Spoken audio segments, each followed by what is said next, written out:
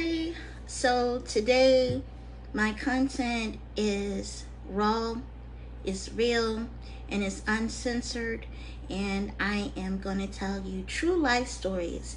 So this is about the 10 reasons I was given by school administration not to pursue the profession of education. And this took place over a course of 27 years. So, the first reason I was given not to pursue a profession as a teacher was because I looked like a student. The second reason I was given by administration was that my voice was too small. The third reason I was given was that I smiled too much. Number 4, I am too ostentatious. Now, when I was told that, it took me aback because I thought ostentatious was a good word. So I had to look it up and define it because it was used in a negative connotation. But I'm too ostentatious is what I was told. The 5th reason, I was told that I was too nice. Number 6, I cared too much about my students. Number 7, I'm not qualified to teach. Now, that is a story for another day. That story is to be sold and not told. So, if you want to know more, you have to keep following me, and when that book drops, you can get the full details. So, number 8, you don't have enough street smarts and you're not ghetto enough for these kids. Number 9, you wear your good clothes to teach a bunch of hoodlums. Literally, I'm not making this up. Number 10, you are not smart enough being from Mississippi. So automatically, you're not smart. So, of course, these words hurt. And I took periodic sabbaticals over the 27 years that I had been in education. And during that time, I was just reflecting and wondering, was it even worth it to continue to pursue any type of career in education? So coming into a new school year, a new school, a new district, in a new state, I was always the fool that believed I could make a difference. And a lot of my administrators felt like I was living in this pseudo reality where, hey, she's crazy. It is what it is, and she just needs to accept that this educational system is broken and just find a way to adapt to the dysfunction. So, not only was I verbally assaulted and not encouraged by my administration, but I was physically assaulted as well by students. So, one incident, and you see I have my stress star because this is emotional for me. And this is the first time like I can really feel safe enough in my own skin to just divulge what has happened to me in the past. So being physically assaulted by students. In one instance, a bookshelf was pushed over on me. And of course, it was reported no recourse on behalf of the child. Another situation, these two boys, they broke into my classroom during the planning period. My door was locked and they were messing around. Broke the window in the classroom, and the glass, it didn't shatter and it didn't fall, but it was broken. So I paged the office to have someone come clean the glass up, because I was getting ready for another class to come in, and I expressed concern because the next class was coming in, and I didn't want any of the students to bother the broken glass, which the window that was behind me was right behind my desk.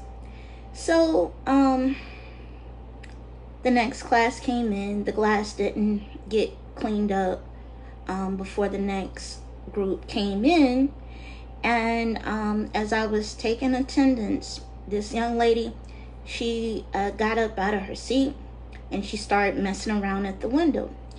And I told her, hey, sit down, don't bother that glass, you're gonna hurt yourself.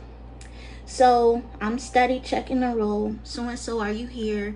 Everybody, let me get through the roll because it was lunchtime. So this child, she ended up getting the glass out of the window without cutting her hand. And while I was sitting checking the roll, she took the glass and put it up to my neck, and she told me that she was going to kill me. So when she did that, I know everybody say what they would do if they were in that situation, but I don't know, all logic and reason kind of goes out the window, and you just really don't know what you'll do unless you're in that situation. So I tried to play it cool. Hey, and I almost said her name. But anyway, I was like, hey, don't, stop playing, girl. Go sit down. We're getting ready to go to lunch. So I tried to brush it off. And then she didn't. She just kept waving it, and she was pointing it at my neck. Then she pointed it at my side, and she told me that she would stab me and kill me. So at that point, I realized I couldn't talk her down.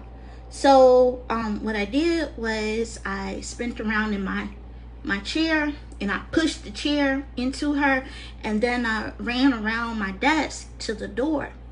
And when I ran to the door and I opened it to yell for help, one of the students that was sitting in the class ran out the door, and the whole class was in shock, oh my God, I can't believe this just happened. So call for help, and I closed the door so she wouldn't come after me. So security gets to the classroom. Hey, what's going on? I said, this girl just threatened me with a piece of glass. Now, mind you, when he opened the door and went in, she's still holding the glass in her hand. But she said, I didn't do anything. I didn't do that. It wasn't me. She's lying. And then they called the administration. Administration came down, and they were like, Miss Richardson, did she really tell you she was going to kill you, or was she just joking? That is the stupidest question ever, okay? How is somebody joking if they have a sharp object up to your neck and to your stomach saying that they're going to kill you? And then she has the glass in her hand. So either way, I was told that this child would be suspended for 3 days, but she would come back to my class. And I was like, the hell you preach. And so the only protection I had was to put papers on her, because I said, no, I cannot function like this. I cannot work and and at the same time, like, watch my back, like, for safety. So they administration didn't like that, because there is a report that schools have to submit to the state and the federal government, and it's about dollars and cents, and the number of violent incidents or school suspensions or whatever has to be reported. And also, if students are not physically present in school, then the school can't get that $2,500 to $3,000 per day for each child. So I was discouraged from filing the papers, but this is my life, okay? And all I could think about was, am I gonna live to make it home? I'm a single parent, so if something happens to me, all because I want to be a teacher, all because I want to get, oh my God, because I want to get a check, is it worth dying for? No. And like I said, the administration was like, oh no, because it's messing with their money. It didn't matter.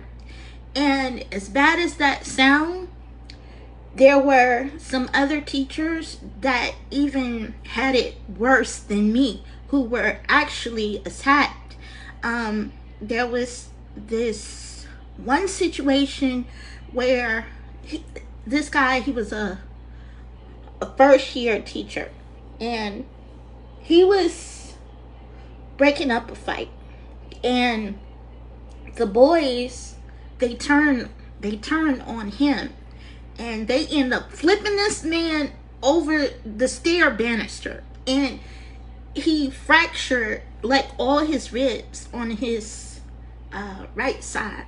And again, the district was flipping it, saying, oh, well, you're not trained to break up fights, and you have no business stepping in that 1 year role, so it's kind of your fault, and the students probably felt like you were attacking them. That's why they flipped you over the stair banister. So no protection whatsoever. But anyway, I'm gonna continue. This is therapy for me. So the next situation, at a different school, whole different school, different state. This girl, I was writing on the dry erase board because I taught different classes, different grade levels, and I've taught from 7th grade through 12th grade, and it depends on how big the school. If it's a smaller school, as a teacher, you're going to end up teaching 7th through 12th. So that meant that you had to prepare a different set of lesson plans for each grade level. So that's what I'm doing. So I'm at the board, I'm trying to change things around for the next class to come in. And while I'm writing on the board, this little girl, she comes and pulls my ponytail like back, and my head went back like that, and I stumbled backwards. And so when that happened, I turned around, and my first response was, I'm finna get her. Like, I'm about to grab her, but she ran out the classroom and she ran down the hall. And so, of course, this was reported, but there was no recourse on behalf of what happened to that child. They just switched her schedule, gave her a new teacher to terrorize. Okay, so moving forward, unbelievable, I know. This is one of the crazier stories. So I was sitting at my desk again, and this kid, different state, different school, He lit a piece of paper, balled it up, lit it, set it on fire, threw it at me. So I look, and it kind of fizzled out before it reached me. And so I looked up, everybody, oh, nothing happened. We didn't do that. We didn't do that. And so I'm like, I know I seen a flash of light, like some fire. And so then he twists up another piece of paper, light it, waving it in my face like this, like he's gonna set me on fire. I had my cup of coffee sitting there, and I dashed it. And so when I dashed it, I naturally put the paper out, and it splattered on his uniform shirt. So when that happened, he screamed like you would have thought he was Elphaba with water, being dashed on him from the Elpha from the Wizard of Oz. So he ran out the class. Oh, she threw hot coffee on me. She needs to be fired. But you're lighting paper and throwing it at me, and then you you complain because I dashed the coffee. And so the administration had to think about how to handle this situation, because again, want to keep those numbers, want to keep those butts in the seats, don't want negative remarks on the incident reports. Can't have that mess with the funding. So either way, that child was actually reprimanded because of an earlier incident that happened before, and I sought legal action against another student, and I was going to do it again if this wasn't resolved. So he was reprimanded, and last I heard, he was in jail because he stole a woman's car, a pregnant woman. He hijacked her, threw her on the ground at gunpoint, and drove off in our car and wrecked it when the police chased him. So yeah, that is the population of students that teachers have to deal with. All right, so this is a lot. There was another incident. This girl, she was a 7th grader, and I was doing enrichment classes. She was on an inappropriate website, and she was supposed to be on an academic website. So I advised that she log off, and she didn't do it. So I reached for the mouse to click the X and close the box out, because as a teacher, how like administration is like really quick to be on your case about if a child is on social media or they're doing anything that is not aligned with the curriculum. So they told us to be hyper vigilant about that for student safety and protection. So I clicked the mouse. I didn't touch her at all. I touched the computer mouse. So when I reached to click off the screen, she took her nails in her hand and she like dug into my skin until it bled, and then she pulled down and she scratched me. And so she stood up as she was doing it like this, and she stood up, and I'm just like in awe and shocked, like I can't believe this is happening. So again, you have in your mind like what you would do if you're ever in these situations, but when it happens, it's like you're frozen. So either way, when she stood up, then she took her leg and she took her foot and she kicked me in the leg. So again, I started screaming. I was like, get out of this class, get out of here right now. And so she was like, I'm not going nowhere. And I'm like, yes you are, because like all reason and ration is leaving me, right? So get out. So she finally got out because another teacher heard me yelling and screaming, and she started walking, and so she went elsewhere. So I asked the teacher to come watch my class while I went to the office. I had to file a report. So went to the office, and they're like, Miss Richardson, who's watching your class? And I'm like, somebody's watching my class. I just had an incident. This girl, I'm bleeding. This girl dug her nails in my skin, and I'm bleeding, and I need medic. I need, just to be checked out, make sure I didn't contract any kind of infection or whatever. So they were like, well, where is the child now? I said, I don't know. I told her to get out. Oh, Miss Richardson, you can't send the child away. You have to know her whereabouts every second, because that is liability on the school if you cannot keep a record of where the students are. And I was like, I'm not worried about where she at. What about this blood running down my arm right now? So either way, I said, y'all go find her. You want to know where she at? I said, because she dug her nails in my skin and then she kicked me in the leg. Why am I trying to keep proximity with someone who just assaulted me? To me, that doesn't make sense.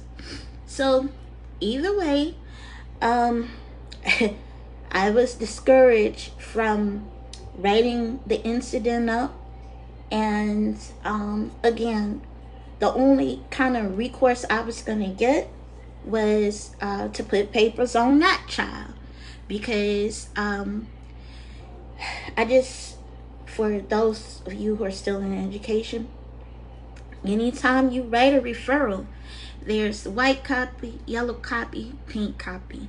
Always keep your own copies, because those a lot of kids I talk, they just threw that whole thing in the garbage and told me, go to class, don't do it no more.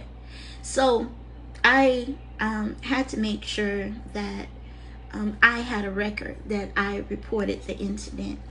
And again, I put papers on that child. That child was removed from the school, and she was put in like a alternative learning center. So I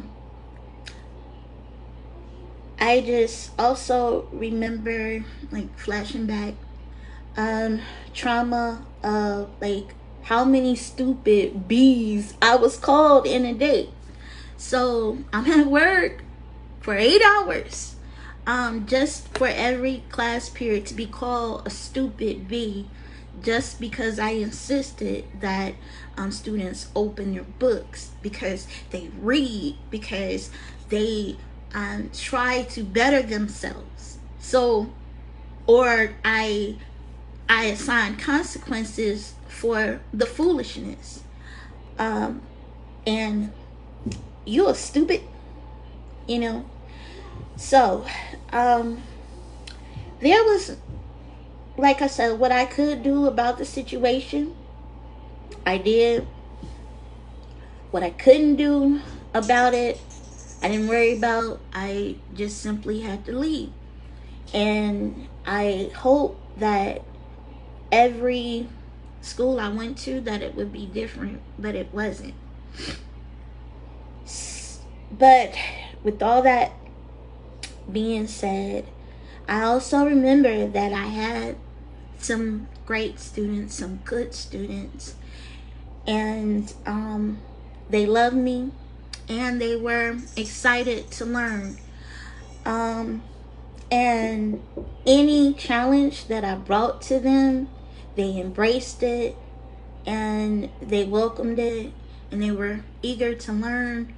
And I know that I made a difference in their lives, because some of those students were going through situations at home that you would not believe.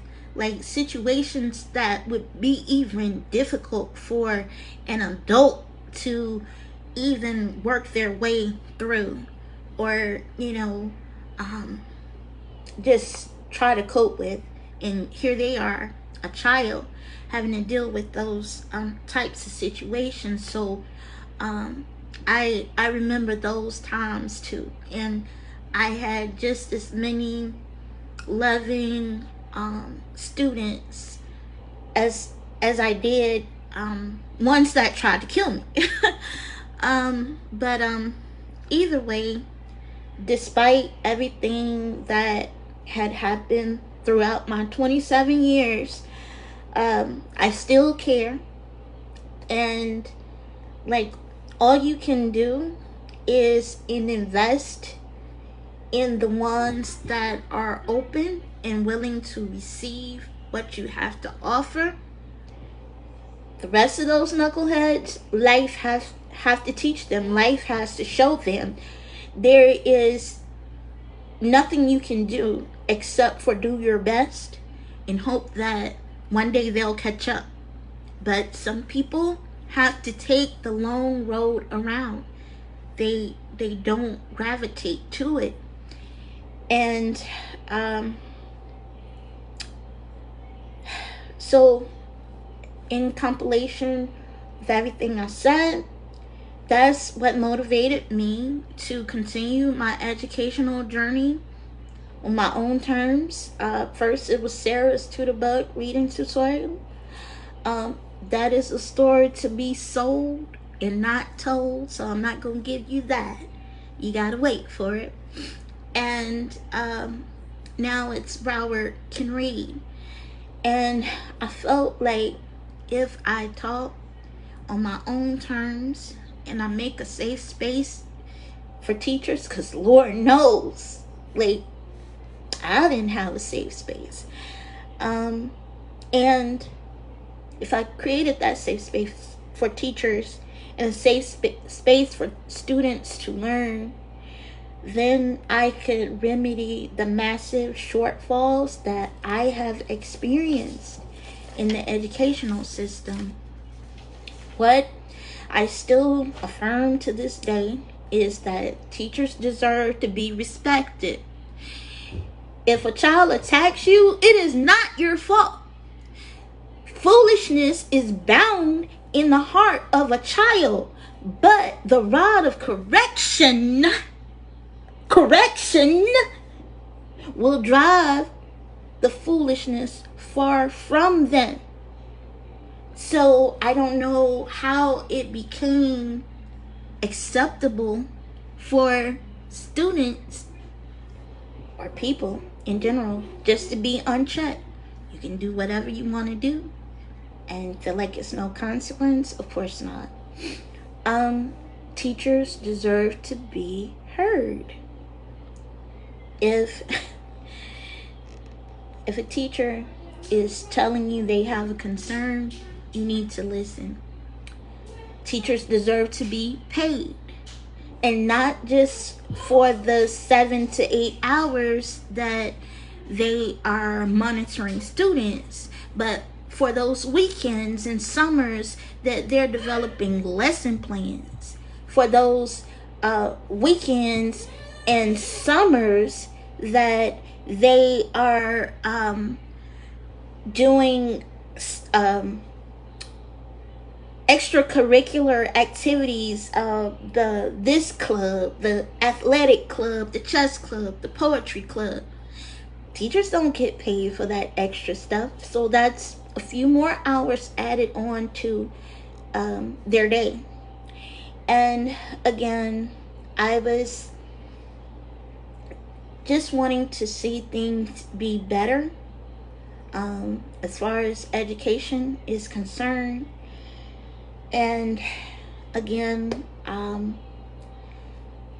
one of the core values that I have constructed in Broward Can Read's operational system is that teachers are not babysitters. And we could flip that. And teachers are business owners. So in sum, to all of the students who like following me and you know you disrespected, I forgive you. To all the administration who ran the schools I worked in and you didn't protect your teachers, I forgive you too. So all that's left is to learn from the past and respond accordingly. I'll see you May 28th.